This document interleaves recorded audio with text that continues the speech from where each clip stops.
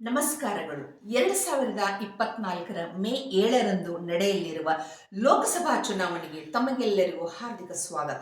ನಾನು ಇಂದು ಮತದಾನದ ಮಹತ್ವವನ್ನು ಕುರಿತು ನನ್ನ ಅಭಿಪ್ರಾಯಗಳನ್ನು ವ್ಯಕ್ತಪಡಿಸುತ್ತೇನೆ. ನನ್ನ ವಿಚಾರಧಾರೆ ತಮಗೇನಾದರೂ ಇಷ್ಟವಾದರೆ ಪ್ಲೀಸ್ ಲೈಕ್ ಮಾಡಿ, ಕಮೆಂಟ್ ಮಾಡಿ, ಶೇರ್ ಮಾಡಿ. ಪ್ರಪಂಚದಲ್ಲಿ ಅತಿ ದೊಡ್ಡ ಮತ್ತು ವಿಶಿಷ್ಟವಾದ ಪ್ರಜಾಪ್ರಭುತ್ವವನ್ನು ಹೊಂದಿರುವಂಥ ರಾಷ್ಟ್ರ ನಮ್ಮ ಭಾರತ. ಮತದಾನದ ಮೂಲಕ ಪ್ರಜಾಪ್ರಭುತ್ವವನ್ನು ನಿರ್ಮಾಣ ಮಾಡುವುದು ನಮ್ಮ ಕರ್ತವ್ಯ. ಮತದಾನ ಮಾಡುವುದು ನಮ್ಮ ಹಕ್ಕು, ಕರ್ತವ್ಯ, ಹೊಣೆ. ಅಷ್ಟೇ ಅಲ್ಲ, ಅದು ಒಂದು ನೈತಿಕ ಜವಾಬ್ದಾರಿಯೂ ಕೂಡ. ಚುನಾವಣೆ ಮತ್ತು ಮತದಾನ ಇವು ಒಂದು ನಾಣ್ಯದ ಎರಡು ಮುಖಗಳು. ಮತದಾನ ಯಾಕೆ ಮಾಡಬೇಕು? ಮತದಾನದ ಮಹತ್ವವನ್ನು ಹೀಗೆ ಹೇಳಬಹುದು: ರಕ್ತದಾನ ಮಾಡಿ ಒಂದು ಜೀವವನ್ನು ಉದ್ಧರಿಸು, ನೇತ್ರದಾನ ಮಾಡಿ ಇಬ್ಬರನ್ನು ಉದ್ಧರಿಸು, ಅನ್ನದಾನ ಮಾಡಿ 100 ಜನರನ್ನು ಉದ್ಧರಿಸು, ವಿದ್ಯಾದಾನ ಮಾಡಿ 1000 ಜನರನ್ನು ಉದ್ಧರಿಸು, ಮತದಾನ ಮಾಡಿ ಇಡೀ ದೇಶವನ್ನೇ ಉದ್ಧರಿಸು. ಹೀಗೆ ಅನ್ನದಾನ, ವಿದ್ಯಾದಾನ, ಧನ ಕನಕ ದಾನಗಳಿಗಿಂತಲೂ ಶ್ರೇಷ್ಠವಾದ ದಾನ ಮತದಾನ. ಅಯ್ಯೋ, ನಾನು ಒಬ್ಬನ ಹಾಕ್ತಿದ್ರೆ ಏನಾಗ್ತತಿ, ನಾನೊಬ್ಬ ವೋಟ್ ಹಾಕದೇ ಇದ್ರೆ ಏನಾಗ್ತತಿ, ಯಾರು ಬಂದ್ರೇನ ಬಿಟ್ರೇನ ಎನ್ನುವಂಥ ಅಸಡ್ಡೆ ಮಾತುಗಳು ದಯವಿಟ್ಟು ಬೇಡ. ಏಕೆಂದರೆ ಪ್ರತಿಯೊಬ್ಬ ಪ್ರಜೆಯ ಒಂದೊಂದು ಮತವು ಅದು ಸದೃಢವಾದ ಸಮಾಜ ಮತ್ತು ಸರ್ಕಾರವನ್ನು ರಚಿಸುವಲ್ಲಿ ಪ್ರಮುಖ ಪಾತ್ರವನ್ನು ವಹಿಸುತ್ತದೆ. ಯಾಕಂತಂದ್ರೆ ಒಂದು ಮತ, ಅದರ ಮಹತ್ವ ಏನು ಹೇಳಬೇಕು ಅಂತಂದ್ರೆ, ಬಹುಶಃ ಭಾರತದ ಇತಿಹಾಸದಲ್ಲಿ ವಿಶ್ವಾಸ ಮತದಿಂದ ಪಕ್ಷವನ್ನು ಕಳ್ಕೊಂಡಂತ ಪಕ್ಷ ಯಾವುದೂ ಇದ್ದಿರಲಿಲ್ಲ. ಆದರೆ ಸನ್ಮಾನ್ಯ ಶ್ರೀ ಅಟಲ್ ಬಿಹಾರಿ ವಾಜಪೇಯಿ ಅವರ ಸಮಯದಲ್ಲಿ ಅವರಿಗೆ ವಿಶ್ವಾಸ ಮತವನ್ನು ಸಾಬೀತುಪಡಿಸುವಲ್ಲಿ ಅವರಿಗೆ ಒಂದು ಮತ ಕಡಿಮೆ ಬಂದದ್ದರಿಂದ ಅವರ ಸರ್ಕಾರವೇ ಬಿದ್ದೋಯ್ತು.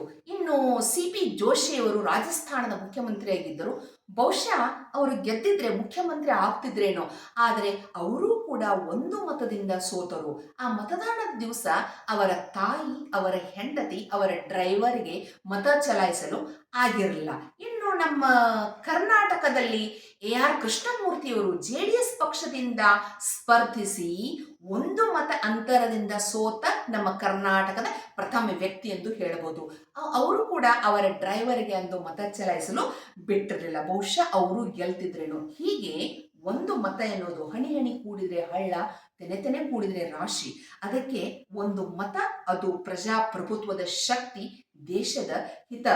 ಅದಕ್ಕೆ ಅಬ್ರಹಂ ಲಿಂಕನ್ನರು ಮತಪತ್ರ ಎನ್ನುವುದು ಬುಲೆಟ್ಗಿಂತಲೂ ಬಲಿಷ್ಠವಾದುದು ಎಂದು ಹೇಳುತ್ತಾರೆ. ಆದರೆ ಇತ್ತೀಚೆಗೆ ನಡೆದ ಚುನಾವಣೆಯ ಸಮೀಕ್ಷೆಗಳನ್ನು ಮತ್ತು ವಿದ್ಯಮಾನಗಳನ್ನು ಗಮನಿಸಿದಾಗ ಪ್ರತಿಶತ 100ಕ್ಕೆ 100ರಷ್ಟು ಮತದಾನ ಆಗದೇ ಇರೋದು ತುಂಬಾ ಬೇಸರದ ಸಂಗತಿ. ಕಾರಣ, ನಗರ ಪ್ರದೇಶಗಳಲ್ಲಿ ಬಹಳಷ್ಟು ಸುಶಿಕ್ಷಿತರು, ವಿದ್ಯಾವಂತರು ತಮ್ಮ ಅನಾಸಕ್ತಿ ಮತ್ತು ಬೇಜವಾಬ್ದಾರಿತನದಿಂದ ಮತದಾನ ಮಾಡದೆ ತಮ್ಮ ಹಕ್ಕನ್ನು ಕಳೆದುಕೊಳ್ಳುತ್ತಿದ್ದಾರೆ. ಸ್ವಾತಂತ್ರ್ಯ ಬಂದು 75 ವರ್ಷಗಳು ಗತಿಸಿದರೂ ಮತದಾನದ ಬಗ್ಗೆ ಸಾಕಷ್ಟು ಜಾಗೃತಿ ಕಾರ್ಯಕ್ರಮಗಳು ನಡೆದರೂ ಇನ್ನೂ ಯುವಕರು ಮತದಾನ ಮಾಡದೇ ಇರುವುದು ಬಹುಶಃ ನಮ್ಮ ದುಸ್ಥಿತಿ ಎಂದು ನಾವು ಹೇಳಬಹುದು. ಹಾಗಾದರೆ ಮತದಾನ ಯಾರಿಗೆ ಮಾಡಬೇಕು ನೋಡಿ. ನಮ್ಮ ಮಕ್ಕಳನ್ನು ಸ್ಕೂಲ್ ಅಥವಾ ಕಾಲೇಜಿಗೆ ಅಡ್ಮಿಷನ್ ಮಾಡಿಸಬೇಕಾದ್ರೆ 100 ಅಲ್ಲ 1000 ಬಾರಿ ವಿಚಾರ ಮಾಡ್ತೀವಿ. ಏನಂತ? ಯಾವ ಸ್ಕೂಲ್ಗೆ, ಯಾವ ಕಾಲೇಜಿಗೆ ನನ್ನ ಮಕ್ಕಳನ್ನ ಅಡ್ಮಿಷನ್ ಮಾಡಿಸಿದ್ರೆ ನನ್ನ ಮಕ್ಕಳ ಭವಿಷ್ಯ ಉಜ್ವಲವಾಗುತ್ತದೆ ಅಂತ. ಅದಕ್ಕೆ ನಮ್ಮ ದೇಶದ ಭವಿಷ್ಯವನ್ನು ಇನ್ನೊಬ್ಬರ ಕೈಗೆ ಕೊಡಬೇಕಾದ್ರೆ ಪ್ರತಿಯೊಬ್ಬ ಪ್ರಜೆಯು, ಪ್ರತಿಯೊಬ್ಬ ನಾಗರಿಕನು ಆತ್ಮಾವಲೋಕನ ಮಾಡಿಕೊಳ್ಳಬೇಕು. ಯಾರ ಕೈಗೆ ನಮ್ಮ ದೇಶವನ್ನು ಕೊಟ್ಟರೆ ಸೇಫ್ ಆಗಿರುತ್ತೆ, ಸುಭದ್ರವಾಗಿರುತ್ತೆ. ಅದಕ್ಕೆ ಆಶೆ ಆಮಿಷಗಳಿಗೆ ದುರಾಶೆ ಪಡದೆ vote for right person. May 7ರಂದು ಪ್ರತಿಯೊಬ್ಬರು ಬನ್ನಿ, ಮತದಾನ ಮಾಡಿ. ನೀವಷ್ಟೇ ಅಲ್ಲ, ನಿಮ್ಮೊಂದಿಗೆ ಇತರ ಮತದಾರರನ್ನು ಕರೆತನ್ನಿ.